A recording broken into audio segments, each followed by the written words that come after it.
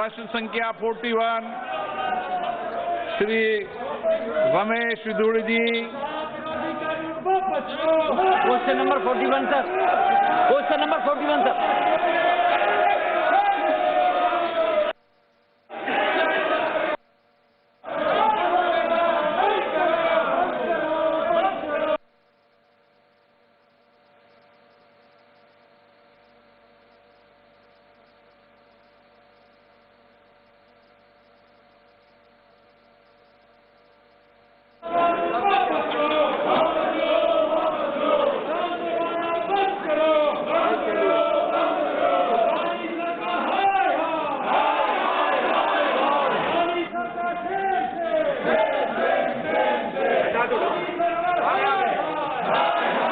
माननीय प्रधानमंत्री जी ने दिव्यांगों के लिए ऐसी योजनाएं चलाई हैं, अनेकों प्रकार की लोगों की आवश्यकताओं की पूर्ति के लिए।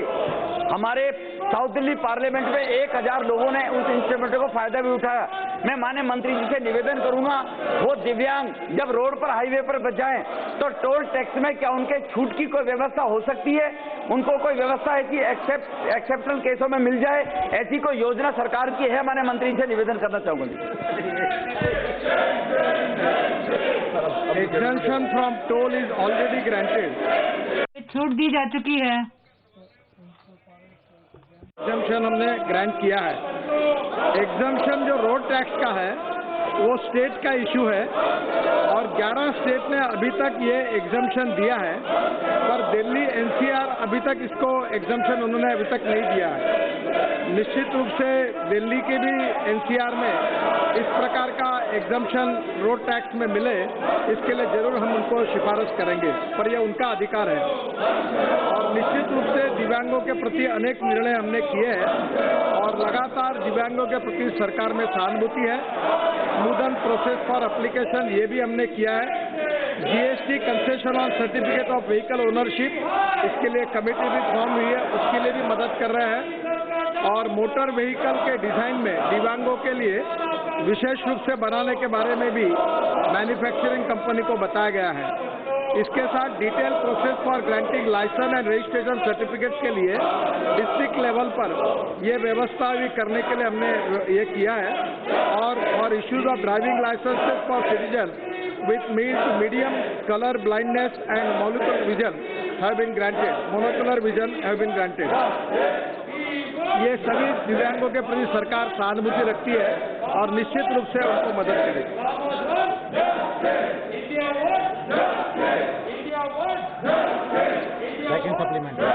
Second supplementary. माननीय मंत्री जी ने कहा है कि उनको पहले ये टोल पे ग्रांट दी हुई है सर, उसके लिए मैं धन्यवाद करना चाहूंगा सर, क्योंकि टोल पे अगर राज्य सरकारों से भी निवेदन किया जाए, क्योंकि दिव्यांग जब कहीं जाते हैं, वो कहीं किसी की गाड़ी में, गांव के इंटीरियर जगह की बात बताऊं सर, शादी में, ब्याह में, फंक्शन में, तो हर आदमी तैयार हो जाएगा उनको गाड़ी में बैठा के ले जाने के लिए कि मेरी गाड़ी में जाएंगे तो मुझे दिव्यांग की बात तो सुने तो उनसे मुझे दिव्यांगों के बारे में तो सर ये सुन ले, कम से कम इतनी सहानुभूति तो इन लोगों को होनी चाहिए, इनको शर्मानी चाहिए। ये देश के दिव्यांगों के बारे में बातें हो रही है, सरकार निर्णय ले रही है, प्रधानमंत्री जी ने एयरफोन से लेकर और इतनी सहूलियतें दिव्यांगों को व्हील चेयर से लेकर इतनी फैसिलिटीज दी है, ये दिव्यांगों के मामले में भी लेकर शोर मचा रहे हैं सर, सरकार इतनी निर्णय दे रही है। इसलिए सर उन लोगों को लोग गाड़ियों में बैठाकर ले जाके इज्जत से ले जाएंगे कि टोल पे मैं जाऊंगा तो मुझे टोल पर छूट मिलेगी। इसके लिए मंत्री जी का और मैं सरकार का बहुत बहुत दिल से आभार व्यक्त करूंगा sir. 42 Vinod Kumar ji.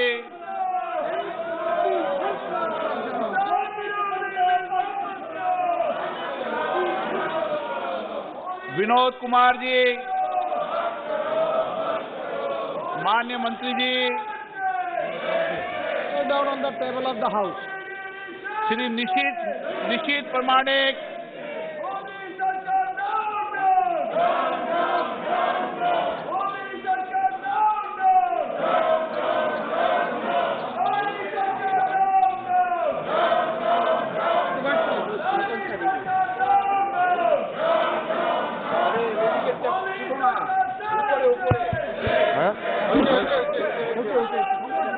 Sir, my question is whether the government is implementing Bharatmala Pariyojana to contract road and border coastal areas and religious and tourist places in country?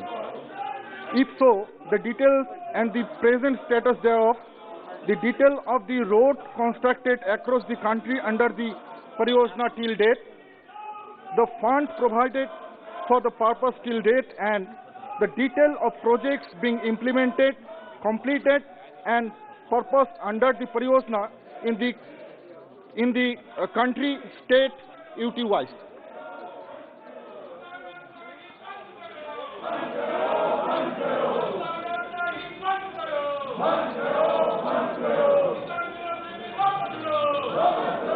Constructed in Bharatmala is 30,000 kilometer.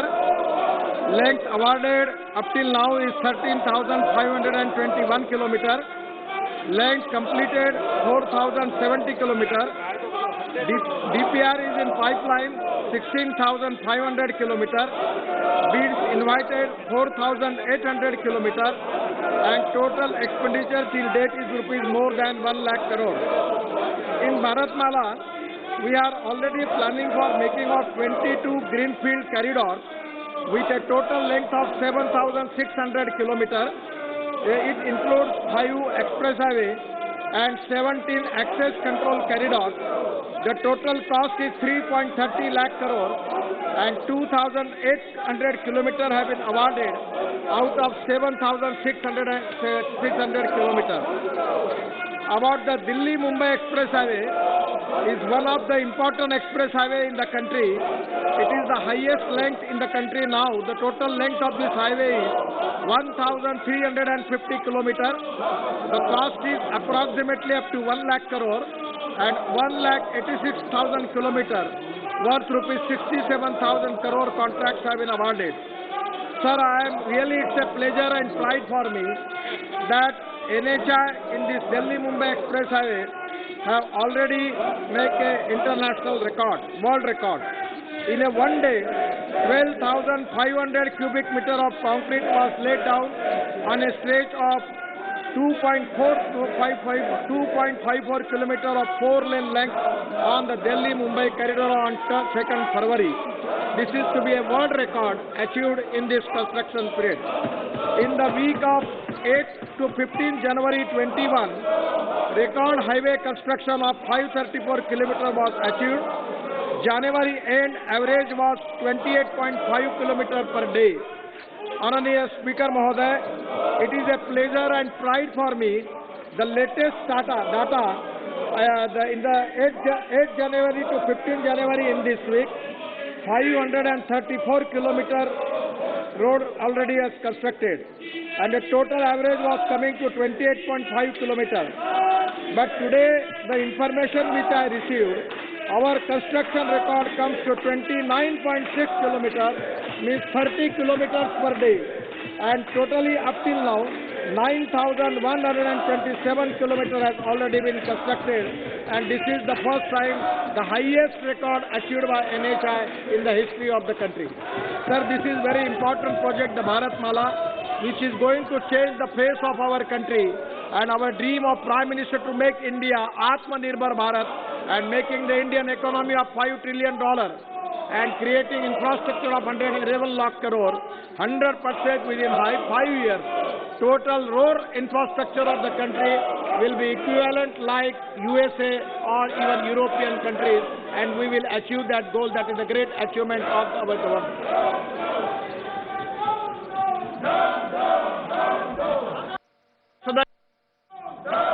माननीय सदस्य, आप supplementary पूछना चाहते हैं? माननीय सदस्य, question number 43 sir. प्रवेश वर्मा जी। माननीय मंत्री जी। सर, मैं मंत्री जी का धन्यवाद करता हूं और सरकार का धन्यवाद करता हूं कि 4 धाम परियोजना को उन्होंने स्वीकार किया और बहुत ही तेजी से उसके ऊपर में काम चल रहा है, जिससे जो हमारे डिवोटीज है उनको वहां पर सुविधा मिलेगी और उस क्षेत्र के लोगों को रोजगार मिलेगा और वो क्षेत्र का विकास होगा।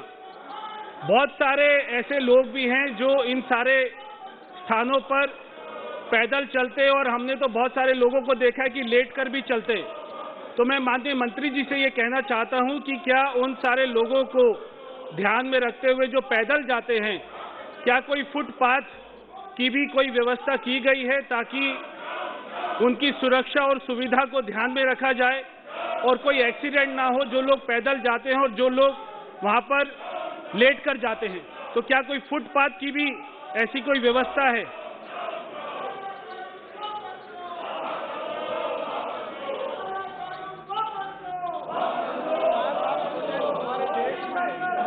हम सबके लिए बहुत प्रतिष्ठा का और सम्मान का विषय है।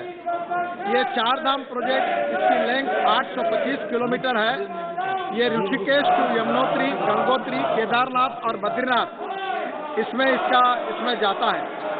इसके साथ साथ टनकपुर से पिथौरागढ़ सेक्शन जो कैलाश मानस सरोवर के लिए जा रहा है, वो भी हम बना रहे हैं, जिसका करीब 85% काम पूरा हुआ है। मैं आज इसमें बताना चाहूँगा कि ये टोटल प्रोजेक्ट की कीमत 12,070 करोड़ है। इसमेमें 53 प्रोजेक्ट्स है और 53 में से 40 प्रोजेक्ट सैंक्शन हुए हैं। 671 किलोमीटर 9,474 करोड़ रुपए के। इसमें से 38 प्रोजेक्ट अवार्ड हुए हैं। 646 किलोमीटर जो 8,378 करोड़ के हैं। 9 प्रोजेक्ट कंप्लीट हुए जो 78 किलोमीटर के 1025 करोड़ के हैं। प्रोजेक्ट इन प्रोग्रेस ये 29 प्रोजेक्ट है, 569 किलोमीटर जो 7,353 करोड़ के हैं और टेंडर स्टेज पर 2 प्रोजेक्ट है 25 किलोमीटर के 605 करोड़ के और yet to be sanction 13 project है 153 किलोमीटर के। अभी तक एक्सपेंडिचर इस पे 5,111 करोड़ हुआ है।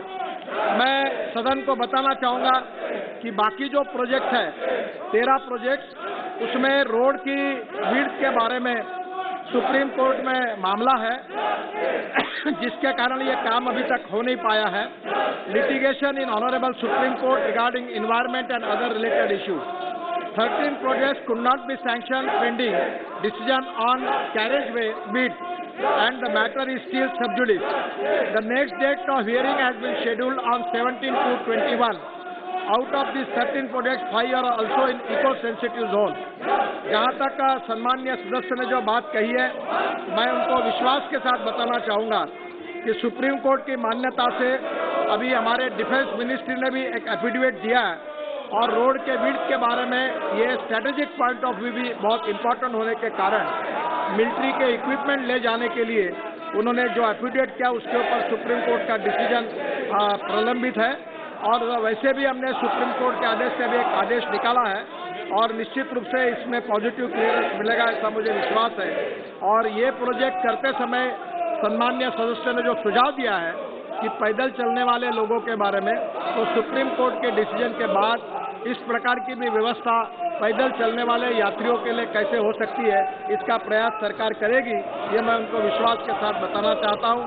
ये प्रोजेक्ट जो हमारे चार धाम प्रोजेक्ट के अटके हुए हैं, इसमें से ये जो प्रोजेक्ट है 53 में से 13 प्रोजेक्ट जो सैंक्शन है, अंडर प्रोसेस है, वो 5 project out of 13 are in eco sensitive zone areas है और अनदर 5 प्रोजेक्ट जो है वो बाईपासेस है। मैं विश्वास देना चाहता हूं कि ये निश्चित रूप से जल्दी पूरा हो। माननीय सदस्यगण, आपके कई नेताओं के महत्वपूर्ण प्रश्न हैं। मैं हमेशा प्रयास करता हूं कि प्रश्नकाल चले, जो आपका सबसे महत्वपूर्ण अधिकार है, लेकिन आपको जिन बातों और अपेक्षाओं के साथ जनता ने चुनकर भेजा है, आपका ये व्यवहार उचित नहीं है और मैं आपसे पुनः आग्रह करता हूं, माननीय सदस्यगण, आप अपनी सीट पर विराजें ताकि सदन सुचारू रूप और निर्बाध रूप से चल सके। आप ही कहते हैं कि प्रश्नकाल होना चाहिए और प्रश्नकाल के समय आप नारेबाजी और तख्तियां उछाल रहे हैं, ये संसदीय परंपराओं के अनुरूप नहीं है। मैं सभा की कार्रवाई 5 बजे तक के लिए स्थगित करता हूं।